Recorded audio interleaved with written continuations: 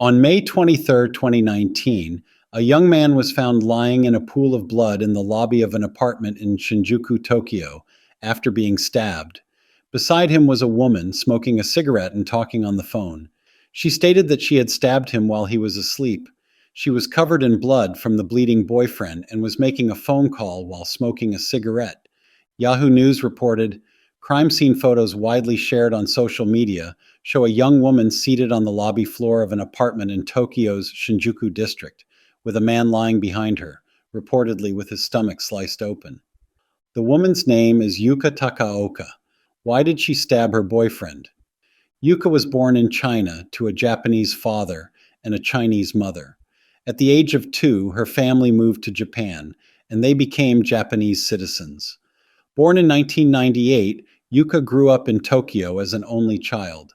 Initially, she studied childcare at Teikyo University, but decided to drop out in 2017 to work. At first, she worked at a tutoring center. However, in 2018, she changed direction and began working at a hostess bar. A hostess bar is a place where men pay to converse and drink with young women. Men pay an entrance fee and additional money for drinks and the women.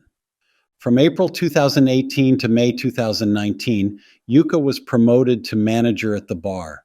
She also operated TikTok, Twitter, and Instagram accounts, where she posted photos of herself in cosplay and dancing to anime songs to promote her bar. In Japanese, yandere refers to an obsessive woman who might engage in violent behavior in the name of love. Yuka often cosplayed as a yandere character. In October 2018, a man named Luna Phoenix visited Yuka's bar. He was a host at a host club near Yuka's bar. At this point, Yuka became interested in Luna and decided to visit his host club. A host club is a club for women. Similar to a hostess bar, a host club charges an entrance fee, and women can choose a male host to drink and converse with. Women pay for drinks and time with the host. Luna sent a personal message to Yuka on Twitter, inviting her to his club. Hosts earn more money when customers come specifically to meet them, so he frequently messaged Yuka and had her visit his club in March 2019. Yuka became infatuated with Luna, visiting his club several times a week and spending about $10,000 each week dating him. However, Yuka realized that she needed more money to continue meeting and dating Luna. She found 2 ways to earn more money. One was working as an escort, dating older men. Yuka immediately began this work, using the money she earned from relationships with older men to spend on Luna. Additionally, Yuka started working in delivery health, a service that exploits a loophole in prostitution laws in Japan, where men pay to meet women who provide sexual services. Women offer all sexual services in exchange for money. Women bring men to hotels, and since the activities in the hotel rooms are not monitored, most provide full sexual encounters. To meet Luna, Yuka frequently visited the host bar where he worked, paying hundreds or even thousands of dollars each time, covering all expenses inside the host bar. Yuka also took Luna out, frequently dining at restaurants and staying at hotels, and bought expensive gifts, spending a lot of money. In April 2019, Yuka bought an expensive bottle of champagne at Luna's host club and gave it to him as a gift. That night, they began a sexual relationship. Yuka confessed her feelings to Luna and declared her love. Luna said that he liked her, wanted to marry her, and hoped to quit his host job to live together. Unfortunately, their relationship began to deteriorate due to Yuka's obsession. They had a guest and staff relationship, but Yuka saw it differently. She knew Luna was a host and that she had to pay for his time to meet him. However, she wished he would quit being a host and be with her. Yuka spent a lot of money to help Luna become the top host at his club. Being the top host in the club guaranteed additional bonuses, more privileges, and greater power within the club. Yuka went to his host bar every night, spending hundreds of dollars to help Luna achieve this position. On one occasion, after confessing her love, she spent $25,000 in one night. In May 2019, Yuka rented an expensive apartment near Luna's host club. She hoped that Luna would frequently visit and stay at her apartment since it was close to the club. On May 20th, after visiting Luna's club and shopping for furniture together, Yuka spent time with him at her new apartment. However, contrary to her expectations of a happy time, Luna spent the entire time either looking at his phone or sleeping, which left Yuka disappointed. The next day, Yuka's friend informed her that Luna was at a love hotel with another woman. Angered, Yuka confronted Luna, who calmly explained that it was just a visit to the love hotel with another customer and that there was no sexual activity. Although heartbroken, Yuka believed Luna would not lie to her. Luna, who was 20 years old at the time of the incident, was enjoying his life as a host. Originally from Ibaraki, Japan, he had moved to Tokyo to become a host and had become popular, consistently ranking in the top 3 at the club and working hard to earn money. His goal was to climb to the top of the club by building connections.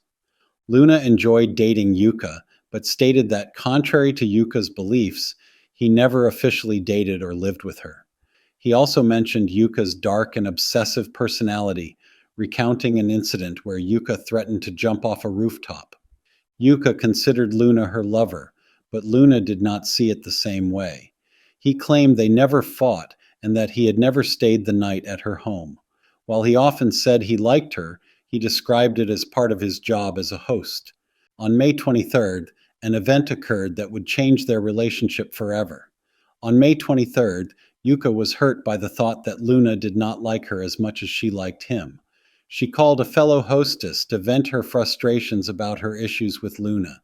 Later, she attempted to call Luna at the end of his shift, but he told her he would be leaving late due to an appointment with another female customer who had paid for his time.